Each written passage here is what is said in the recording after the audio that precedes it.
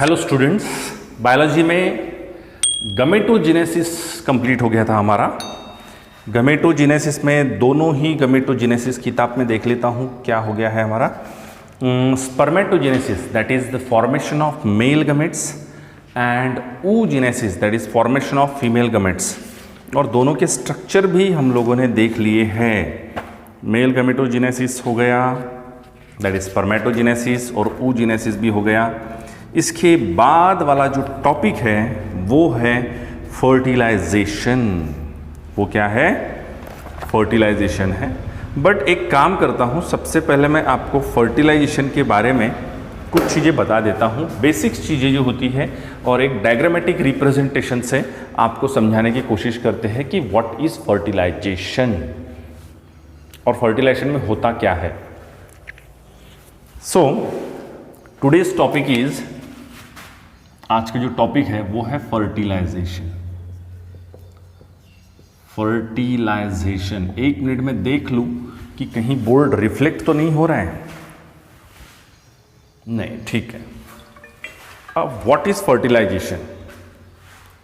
Fertilisation यानी क्या? देखिए, बेसिक पता है सबको।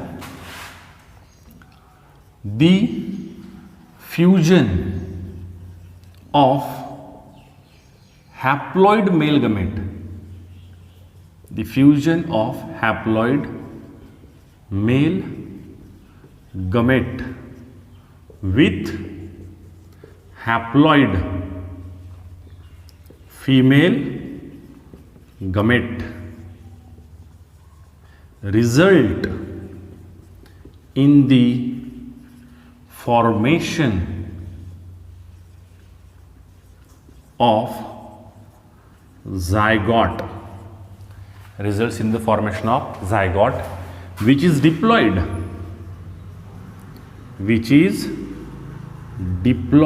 ये zygote कैसे रहता है? Diploid. This process called as, इसी प्रोसेस को फर्टिलाइजेशन कहते हैं। क्या कहते हैं?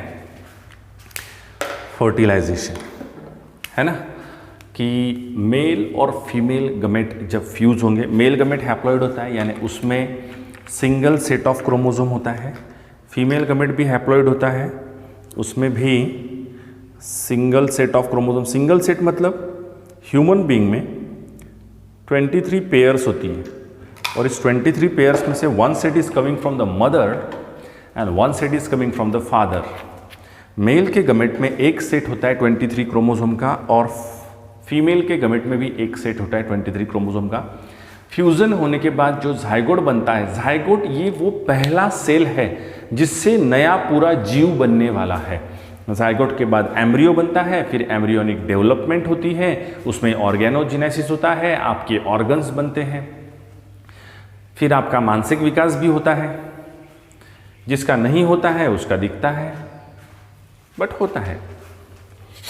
अब मैं आपको थोड़ा सा डायग्रामेटिकली बताने की कोशिश करूंगा। ये देखिए, ये जो मैंने निकाला, what is this? This is female reproductive system, is it? And now इधर में जगह कम है, बट एडजस्ट कर लेंगे। और ये है ओवरी, करेक्ट? इधर में भी ओवरी है,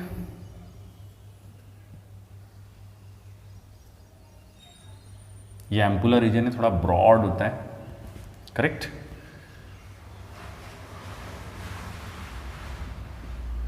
ये ओवरी होती है, ये वेस्टिब्यूल है, नीचे वजाइना है, करेक्ट? सो आफ्टर कॉपुलेशन, यानी जब मेल और फीमेल पार्टनर का मीटिंग होता है, and when male reproductive organ is entered in female reproductive part, it releases the semen by ejaculation. Ejaculation की प्रोसेस से सेमन फीमेल रिप्रोडक्टिव ट्रैक्ट में release किया जाता है, और इस सेमन में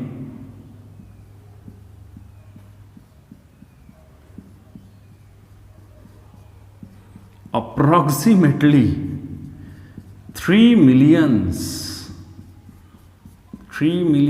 of sperms are entered. ये पूरे स्पर्म्स एंटर कर रहे हैं.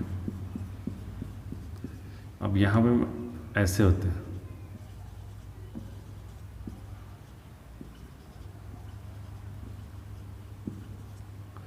अब 3 मिलियन स्पर्म्स एंटर करते हैं. अब ये स्पर्म्स को स्विमिंग करते हुए या एंटर करते हैं, स्विम करते हुए, इसका मैं आपको विजुअलाइज भी दिखाऊंगा, वीडियो भी दिखाऊंगा. ये एंटर करते हुए जाते हैं. जब ये एंटर करते हुए जाते हैं तो अब इनको थोड़ी पता कि भाई इस ओवरी में फीमेल गमेट मैच्योर्ड हुआ है या इस ओवरी में फीमेल गमेट मैच्योर्ड हुआ है, क्योंकि एक महीने में लेफ्ट ओवरी में, एक महीने में राइट ओवरी में. तो 14th डे के बाद ओवुलेशन हुआ, ओव्यूल निकल गया, और ये ओव्यूल यानी ये फीमेल गमेट यहाँ पर रास्ता देखते रहता है अपने साजन की. यहाँ पे वो रास्ता देखते रहता है कि कब भाई कोई मेल गमेट आएगा और इसे फर्टिलाइज्ड करेगा. तो ये जो रीजन होता है, ये रीजन होता है एम्पुला रीजन. और इस एम्पुला रीजन में फीमेल गमेट, अब कैसा होता है, बहुत सारे आते हैं, उसमें से कुछ तो यहाँ पे डिस्ट्रॉय हो जाते हैं. इस जगह पे यूटेरस के एसिडिटी की वजह से काफी सारे वहां पर किल्ड हो जाते हैं, डिस्ट्रॉय हो जाते हैं. कुछ इधर जाते हैं, कुछ इधर जाते हैं. तो जो इधर गए वो तो कोई काम की नहीं, क्योंकि वो अंधेरे गली में गए, यहां तो है ही नहीं. हाँ, बहुत रेयर केस में ऐसा होता है कि दोनों ओवरी एक साथ फीमेल गमेट ओव्यूलेट करे. ऐसा बहुत रेयर केस में होता है. किसी किसी को दो जिसको हम बोलेंगे जेनेटिकली डिफरेंट इंडिविजुअल्स पैदा होते हैं. जैसे एक लड़का एक लड़की पैदा होना, अगर जेनेटिकल आइडेंटिकल है तो ज़्यादातर केस में बिल्कुल सेम दिखने वाली दोनों लड़कियां, सेम दिखने वाले दोनों लड़के, इस तरीके के बच्चे होते हैं अगर एक ही जायगोट से बना है तो. लेकिन अगर दो डिफरेंट जायगोट है, यानी दो अलग अलग फीमेल गमेट है और दो अलग अलग फीमेल गमेट से बनेगा, तो फिर दोनों के कैरेक्टर्स अदर यानी काफ़ी डिफरेंट होते हैं, अलग अलग होते हैं. एक लड़का एक लड़की हो सकता है, दोनों लड़के दोनों लड़की भी हो सकते हैं, लेकिन वो दिखने में अलग होते हैं, उनके जेनेटिकल कैरेक्टर्स अलग अलग होते हैं. जो बिल्कुल देखने में सेम है, बहुत से लोग देखा है मैंने. हमारे क्लास में भी प्रिया प्रीति नाम की लड़की थी, आशा निशा नाम की लड़की थी, दो लड़कियां थी, है ना. तो इसमें मैंने देखा है कि बिल्कुल दिखने में सेम. उनमें हमेशा मुझे कन्फ्यूजन रहता था कि प्रीति कौन है और प्रिया कौन है. तो ऐसा होता है. तो वो जो थे उनका जायगोट एक होगा, और वो जायगोट डेवलपमेंट के समय जायगोट डेवलप उसके स्प्लिट हो गया होगा और एक जायगोट से दो जायगोट बन गए होंगे, और फिर वो एक ही पॉलिथीन के अंदर यानी एक ही प्लासेंटा के अंदर ग्रो हुए होंगे. उन दोनों का प्लासेंटा एक होगा. ऐसा हो सकता है. हाँ, एक और बात बता दूं, मेरे बड़े पिताजी के लड़के को जो दो लड़के हुए, दोनों लड़के हुए, लेकिन वो दोनों लड़के एक जैसे नहीं दिखते. दोनों लड़के दिखने में डिफरेंट है, दोनों लड़के के कैरेक्टर्स अलग अलग हैं, हैबिट्स अलग अलग है. तो इसका मतलब दोनों लड़के होने के बावजूद वो दो डिफरेंट ओवम से बने होंगे. वो दो, एक का नाम प्रतीक, एक का नाम प्रणीत है. Now ampullar region. सो यहां पे होता है. अब इसमें से फ्यू हंड्रेड्स, कुछ हंड्रेड्स यहां तक पहुंचते हैं.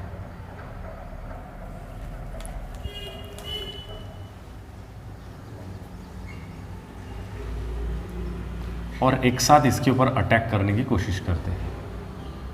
Few hundreds are reach to the ovule. और जब वो ओव्यूल तक पहुंचते हैं, मैं शॉर्ट में डायग्राम निकाल देता हूं.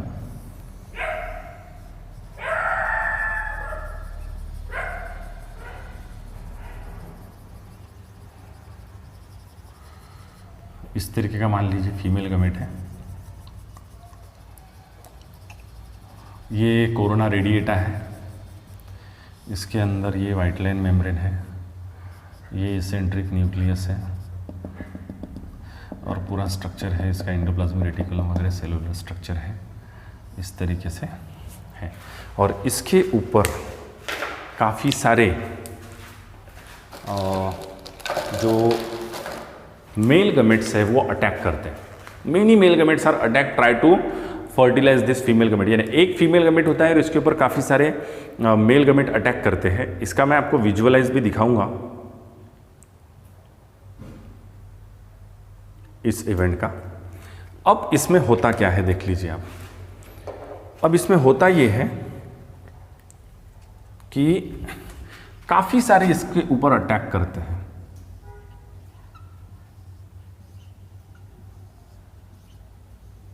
From all possible direction.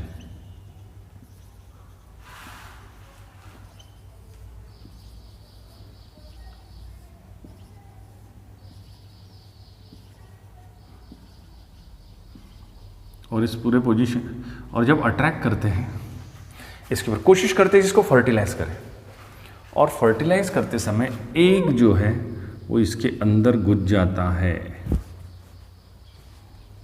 और जैसे ही ये एक इसके अंदर घुस जाता है, ये इसके सराउंडिंग में एक प्रोटेक्टिव कवरिंग फॉर्म कर लेता है, और ये प्रोटेक्टिव कवरिंग जब फॉर्म होती है, ये प्रोटेक्टिव कवरिंग जब फॉर्म होती है, तो ये जो बचे हुए स्पर्म्स है, ये उसमें एंटर नहीं कर पाते हैं। उसके बाद they are not able to entered in the female gamete. Once कोई भी एक स्पर्म एंटर हो गया, यानी एक स्पर्म ने फर्टिलाइज किया, उसके बाद नहीं हो पाते हैं। उसके बाद ये जो फीमेल का गमेट है, ये फीमेल प्रोन्यूक्लियस में कन्वर्ट हो जाता है। इसको फीमेल का प्रोन्यूक्लियस बोलते हैं, फीमेल प्रोन्यूक्लियस। आप इमेजिन कर पा रहे हैं ना मैं जो बता रहा हूं? देखिए, अब जैसे ही ये अंदर एंटर करता है ना, तो इसकी पूंछ बाहर लटक जाती है, पूंछ बाहर ही रह जाती है, यानी पूंछ बाहर निकल जाती है, सिर्फ इसका हेड सामने रहता है। और हेड यानी क्या होता है? हेड यानी क्या होता है? हेड यानी इसका वाला न्यूक्लियस होता है, इसे कहा जाता है मेल प्रोन्यूक्लियस। और फिर इस मेल और फीमेल प्रोन्यूक्लियस का फ्यूजन हो जाएगा, और इसका फ्यूजन होने के बाद जो बनता है वो होता है डिप्लॉयड जाइगोट। कैसा जाइगोट होता है? डिप्लॉयड। और इस जाइगोट में दोनों ही पेरेंट के कैरेक्टर्स आ जाते हैं। So this is the event. ये मैंने आपको साधारण भाषा में बताया कि इस तरीके से फर्टिलाइजेशन की प्रोसेस होती है। अब आपके बुक में किस तरीके से दिया हुआ है, that we are going to discuss theoretically. Correct? Sexual reproduction primarily involve the formation and fusion of gamete. Sexual reproduction में फॉर्मेशन होता है गमेट्स का, फिर फ्यूजन होता है। Now fertilization is latter process which involve the fusion of haploid male gamete and haploid female gamete results in the formation of diploid zygote. Like in other mammals, बाकी mammals की जैसे ही, बाकी सहस्त्रणी प्राणी के जैसे ही, in human the process of fertilization is internal. Process of fertilization ये अंदर होती है, female reproductive organ के अंदर होती है. It is usually takes place in ampulla region of fallopian tube. Correct? Ampulla region of fallopian tube में ये प्रोसेस होती है usually. Now uterine tube, the fertilized egg or zygote will develop into the embryo. जो fertilized egg होता है वो zygote में develop होता है, zygote embryo में डेवलप होता है, embryo organogenesis की प्रोसेस में इन्वॉल्व होता है, and then it results in the formation of new baby. Mechanism of, अब देखिए वहाँ उन्होंने डायग्राम्स निकाली हुई है, समझ में आ रहा है आपको? डायग्राम में देखिए, ये वाली डायग्राम पहले निकाली, इसके बाद के इवेंट्स वहाँ पे दिए हुए हैं। जैसे एंटर होती है तो ये जो आउटर वॉल होती है ना, ये डिसअपियर हो जाती है। देखिए टूट गई। करेक्ट? और उसके बाद मेल प्रोन्यूक्लियस आया, फीमेल प्रोन्यूक्लियस आया। करेक्ट? दोनों का फ्यूजन हुआ और डिप्लॉयड जाइगोट बना। Correct? That is the event. उसको पढ़िए अच्छे से। Now mechanism of fertilization, semen release during the ejaculation के समय जब सेमन रिलीज होता है, सेमन जब रिलीज होता है तो काफ़ी सारे स्पर्म, मिलियंस ऑफ स्पर्म्स वो वहाँ पर छोड़ता है। Has the sperm and some secretions, the coagulated sperm semen now undergoes liquefaction. जो भी सेमन यहाँ पे रिलीज होता है वो लिक्विडिफाइड स्टेट में कन्वर्ट होता है। Okay, and sperm become active, sperm active होते हैं और वो स्पर्म ऐसे फास्टली रन करने लगते हैं, ऐसे स्विम करने लगते हैं, सांप जैसा ऐसे स्विम। आपने देखा होगा इसमें सीरियल में एक साथ जब बहुत सारे सांप, जिससे वो भगवानों की सीरियल नहीं क्या, सांप वाला बाण मारते थे तो बहुत सारे सांप उड़ के जाते थे, उस तरीके से बहुत सारे स्पर्म इधर से इधर जाते हुए दिखते है। Moment of sperm toward the egg, egg के तरफ, एग किधर है, इधर हो सकता है, इधर हो सकता है, स्पर्म को पता नहीं किधर भी हो सकता है। It involve the that is capacitation of a sperm reaching the vagina. Here as many as 50% are demolized. Demolized यानी वही एसिडिटी की वजह से भस्म हो जाते हैं। Broken and destroy. Remaining sperm undergoes capacitation. This process require 5 to 6 hour. Acrosome. अब ये acrosome क्या है? स्पर्म का हेड, याद आ रहा है? स्पर्म का जो ऊपर हेड बनाया था नीले नीले वाला, न्यूक्लियस के ऊपर में जो कैप बनाया था, एक्रोसोम। मेम्ब्रेन बिकम थिन, वो पतली हो जाती है। Calcium enter in the sperm, sperm के अंदर कैल्शियम आता है। And their tails begins to show the rapid whiplash movement. सांप कैसा रैपिड व्हाइट फ्लैश मूवमेंट करता है? कना कना, ऐसा ऐसा ऐसा ऐसा ऐसा ऐसा ऐसा ऐसा ऐसा ऐसा, इस तरीके से, ठीक है। As a result capacitation, as a result of capacitation, sperm become extra active and begin to start moving toward the vagina, to the uterus and to the oviduct यानी fallopian tube.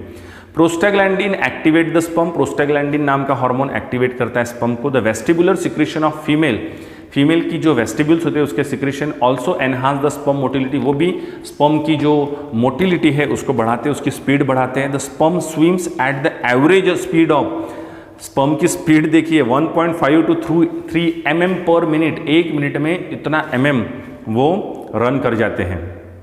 The sperm reach up to the ampulla as a result of their own swimming and partly by contraction of uterus. Uterus भी उस समय contract होता है, वो अंदर धकेलता है स्पर्म को, ठीक है।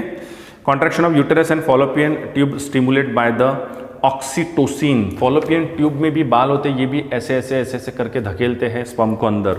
ऑक्सीटोसिन वहाँ सिक्रेट होता है of female. After capacitation the sperm में reach to the ampulla within 5 minute, 5 minute में वहाँ पहुँच जाते हैं। Sperm can be remain viable for 24 to 48 hours. एक बार स्पर्म की एंट्री हुई तो 1 दिन 2 दिन तक वो एक्टिव रहते हैं, उसके बाद वो ऑटोमेटिकली डिस्ट्रॉय हो जाते हैं। Entry of sperm into the egg, sperm के अंदर एंट्री ऑफ स्पर्म, ये देखिए काफ़ी सारे स्पर्म एक साथ 100 200 200 स्पर्म अटैक करते हैं उसके ऊपर। Out of 200 to 400 million sperm only few hundreds manage to reach to the ampullar region. कुछ 100 तक यहाँ तक पहुँचते हैं। Though many sperm reach to the ampulla but only a single sperm fertilize. दो काफ़ी सारे एक वहाँ पे पहुँचते हैं बट एक ही एग उसको क्या करता है, फर्टिलाइज करता है। A sperm after reaching the egg, that is ovum, come to lie against and its acrosome release the lysine. अब ये यहाँ पे एंटर करता, मैंने बताया एंटर करने से पहले वो वहाँ पर लाइसिन रिलीज करता है। जैसे वो वहाँ पर लाइसिन रिलीज करता है वहाँ की जगह सॉफ्ट हो जाती है, और ऐसा सभी लोग करते हैं और फटाक से एंट्री हो। लेकिन सभी लोग में से जिसकी एक बार एंट्री होगी फर्स्ट, उसके बाद वहाँ पे एक प्रोटेक्टिव कवरिंग फॉर्म हो जाता है। It's acrosome release the lysine, और लाइसिन में हेलुरोनिडेज एंड यानी वहां पर सीक्रेट होता है, एंड कोरोना पेनेट्रेटिंग एंजाइम भी बोलते हैं इसको। They separate and dissolve the cell of corona radiata. Outer membrane वहां की डिजॉल्व होने लगती है, वो छूटने लगती है, पतली होने लगती है, आउटर मेम्ब्रेन टूटने लगती है उसकी, ठीक है। So the sperm head pass through the zona pellucida, ताकि कोरोना रेडिएटा निकले। कोरोना रेडिएटा के बाद जोना पेलुसिडा होता है, जोना पेलुसिडा को वो रप्चर करके अंदर घुसे। The zona pellucida has fertilizing receptor protein. Zona pellucida भी फर्टिलाइजिंग रिसेप्टर प्रोटीन वहां पर छोड़ते हैं, okay. The fertilizing bind to the specific acid protein that is anti fertilizing of sperm. जो फर्टिलाइजिंग जोना पेलुसिडा छोड़ रहे हैं वो एंटी फर्टिलाइजिंग जो स्पर्म उसके साथ रिएक्शन करते हैं। फर्टिलाइजिंग और एंटी फर्टिलाइजिंग रिएक्शन होता है, जिसकी वजह से जो मेम्ब्रेन है जोना पेलुसिडा की वो ब्रेक होती है और उसका हेड अंदर घुसता है।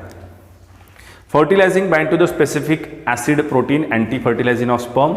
It bring about the contraction of sperm to the egg to enhance the fertilization. Fertilizing and anti fertilizing interaction is a specific and thus fertilizing and anti-fertilization reaction also called as capability reaction. After that reaction, zona pellucida get ruptured and sperm is entered into the sperm जो है उसकी entry हो जाती है किसके अंदर, ovum के अंदर हो जाती है। एक्रोसोम रिएक्शन, अब एक्रोसोम वो हेड उसके ऊपर कंटिन्यू पटकते रहता है, ये जो मेम्ब्रेन है इस मेम्ब्रेन के ऊपर वो अपना हेड ऐसा कंटिन्यूसली पटकते रहता है, और हेड पटकते समय वो क्या बोलते हैं अपना कि हेलोरोनिडेज नाम का एंजाइम रिलीज करता है, वहीं पर फर्टिलाइजिंग एंटी फर्टिलाइजिंग रिएक्शन होती है। Now as the sperm head touches the zona pellucida in animal pole region, its acrosome covering ruptured, उसकी एक्रोसोम कवरिंग, वो अपना सर इतना पटकता है कि उसका जो एक्रोसोम का कवरिंग होता है वो फूट जाता है, acrosome covering ruptured and releases the enzyme acrosin and zonalysin. Acrosin और जोनालाइसिन नाम का एंजाइम कौन रिलीज कर रहा है, किसका हेड फूट गया, स्पर्म का, वहां पे उसने एक्रोसिन और जोनालाइसिन नाम का एंजाइम छोड़ा। ये एंजाइम जलाने वाला होता है, नष्ट करने वाला होता है, जोना पेलुसिडा को खा जाता है, डाइजेस्ट कर लेता है। They act on zona pellucida at the point of contact and this causes the egg reaction. A small fertilization cone and cone of reception is formed on the egg membrane. Egg membrane पे एक नोकीला part form होता है. Okay, it results in the production of a weak wave depolarization. Plasma membrane of both the cells dissolve at the point of contact. दोनों की मतलब एक cell की और उसकी भी दोनों की प्लाज्मा मेम्ब्रेन एक साथ डिसॉल्व हो जाती है and the sperm nucleus and centrioles are entered in the egg. Nucleus और सेंट्रियोल्स अंदर आते हैं, पूंछ बाहर ही रह जाती है, पूंछ वाला पार्ट बाहर ही रह जाता है, यानी अंदर सिर्फ कौन सा पार्ट आ गया, हेड वाला पार्ट आ गया अंदर, जिसमें न्यूक्लियस था और सेंट्रियोल्स था। As soon as the sperm head touches the vitelline membrane, a cortical reaction gets activated changing the white line membrane. white line membrane मैंने आपको क्या बोला था कि जैसे ही हेड की एंट्री हुई कि वहां पे एक प्रोटेक्टिव कवरिंग, तो ये प्रोटेक्टिव कवरिंग कैसे फॉर्म होता है, ये जो व्हाइट लाइन मेम्ब्रेन थी हमने स्ट्रक्चर में देखी थी, ये व्हाइट लाइन मेम्ब्रेन कन्वर्ट हो जाती है फर्टिलाइजेशन मेम्ब्रेन में। It will get converted into the fertilization membrane by deactivating the sperm receptor of zona pellucida and a distinct peri-white line space is created, वहाँ पे peri-white line space create होती है around the fertilization membrane and this prevent the entry of further sperm। एक बार sperm enter हो गए white line membrane fertilization membrane में convert हो गई, ये जो फर्टिलाइजेशन मेम्ब्रेन है, ये फर्टिलाइजेशन मेम्ब्रेन प्रिवेंट करती है बाकी स्पर्म्स के एंट्री को, बाकी स्पर्म्स की एंट्री वहाँ पर नहीं होती है। काफ़ी सारे केमिकल रिएक्शंस भी होते हैं इस दरमियान, काफ़ी सारे एक्रोसिन लाइसिन एंजाइम रिलीज करते हैं स्पर्म, जिसकी वजह से दोनों का प्लाज्मा मेम्ब्रेन जो है वो क्या बोलते हैं यानी पतला होता है और डिजॉल्व हो जाता है, फट जाता है और फिर वो न्यूक्लियस और सेंट्रियोल्स एंटर्ड करते हैं फीमेल गमेट के अंदर। Now next one, activation of ovum. और जैसे ही ओवम यानी कि फीमेल गमेट एक्टिवेट होता है, जैसे अब देखो फीमेल एक्टिवेट या फीमेल गमेट, दुल्हन खुश कब होती है, जैसे ही दूल्हे की बारात आ गई, दूल्हा दिख गया, दुल्हन खुश हो जाती है कि भाई अभी शादी तो हो जाएगी। एग्जैक्टली जैसे ही एंट्री होती है ये हेड दिखता है यानी न्यूक्लियस इसको दिखा, जैसे दिखा फीमेल गमेट में खुशी की लहर आ जाती है, वो अपने आप को एक्टिवेट कर लेती है। Now ovum before the fertilization was, आपको ये बात मैंने बताई थी कि ये जो फीमेल गमेट है ये मेटाफेज 2 में अरेस्टेड था, मतलब इसका सेकेंड मियोसिस कंप्लीट नहीं हुआ। जैसी एंट्री हुई खुशी की बहार आई अंदर, वो एक्टिवेट हो गई, रुका हुआ मियोसिस कंप्लीट हो गया और जो पोलर बॉडी लटक रही थी साइड में वो सेपरेट हो गई। समझ में आ रहा है मैं क्या बोल रहा हूं? समझ में आ रहा है? एक मिनट। हेलो, मी क्लासमध्ये आहे, तू ये घरी क्लासमध्ये क्लास घेतोय मी, तुला फोन करतो।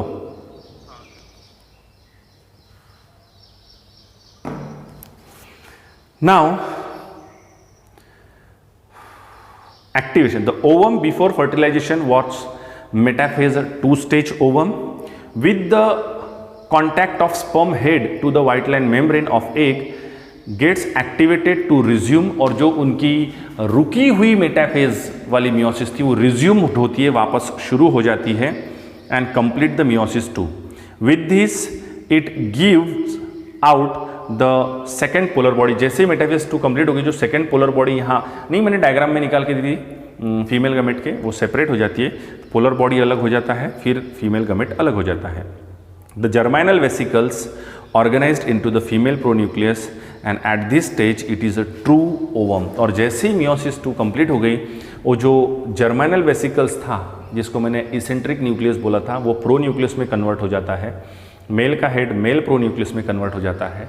और इसके बाद अभी जो प्रोसेस हो रही है वो है fusion of male and female pronucleus, and this process is called as syngamy और karyogamy, results in the formation of diploid zygote. और यहाँ पे क्या बनता है, डिप्लॉइड जाइगोट। और इस डिप्लॉइड जाइगोट में 2 स्पेरिकल पार्ट होते हैं, हाँ, और दोनों ही स्पेरिकल पार्ट में हैप्लॉइड सेट ऑफ क्रोमोसोम होते हैं। It is called as blastomeres. उनको क्या बोलते हैं, ब्लास्टोमर्स बोलते हैं। The covering of male and female pronuclei degenerate allowing the chromosome pairing, दोनों के क्रोमोसोम मिक्स होते हैं, and this results in the formation of synkaryon by process syngamy और karyogamy. The zygote is thus form the proximal. अब आपको पता है जब मेल का हेड आया तो मेल के हेड में सेंट्रियोल्स 2 थे, सामने वाले हेड को यानी सामने वाले सेंट्रियोल्स को प्रॉक्सिमल बोलते हैं, पीछे वाले सेंट्रियोल्स को डिस्टल बोलते हैं। The proximal centrioles receive from the sperm help in the formation of syncaryon spindle and cleavage of the cell into 2 blastomers, और वहाँ पे 2 ब्लास्टोमर वाला zygote फॉर्म होता है। So this completes your process of fertilization। ये आपकी fertilisation की process यहाँ पर पूरी तरीके से कंप्लीट होती है। कुछ नहीं समझा हो, वो जो रिएक्शन वाला पार्ट्स है उसको 2-4 बार अच्छे से पढ़िए। If you are not understanding anything you can call me and ask. Now significance क्या थे, क्या फ़ायदे हुए इस फर्टिलाइजेशन के, इस फर्टिलाइजेशन से क्या फ़ायदे हुए। देखिए, secondary oocytes completes the process of oogenesis। जो सेकेंडरी oocytes था ये वाला, इसका जो सेकेंड मियोसिस रुका हुआ था वो कंप्लीट हो गया, पहला फायदा। Correct. The diploid chromosome number restored हो गया, यानी जो पेरेंट्स में डिप्लॉयड सेट था क्रोमोसोम का वो रेस्टोर्ड हो गया, क्योंकि जो नया जीव फॉर्म हुआ ये भी डिप्लॉयड है, तो पेरेंट्स में डिप्लॉयड था, इसमें डिप्लॉयड हो गया, तो diploid number of chromosomes are restored, वो आ गए। Ovum lack the centrioles. देखिए, ओवम में सेंट्रियोल्स नहीं था, बट आफ्टर फर्टिलाइजेशन ओवम में सेंट्रियोल्स आ गया, स्पर्म से आया। Is necessary for further division, क्योंकि सेंट्रियोल्स की बहुत ज़रूरत होती है डिवीजन के लिए, सेल डिवीजन में बहुत इंपॉर्टेंट रोल है। Are received from the sperm during fertilisation.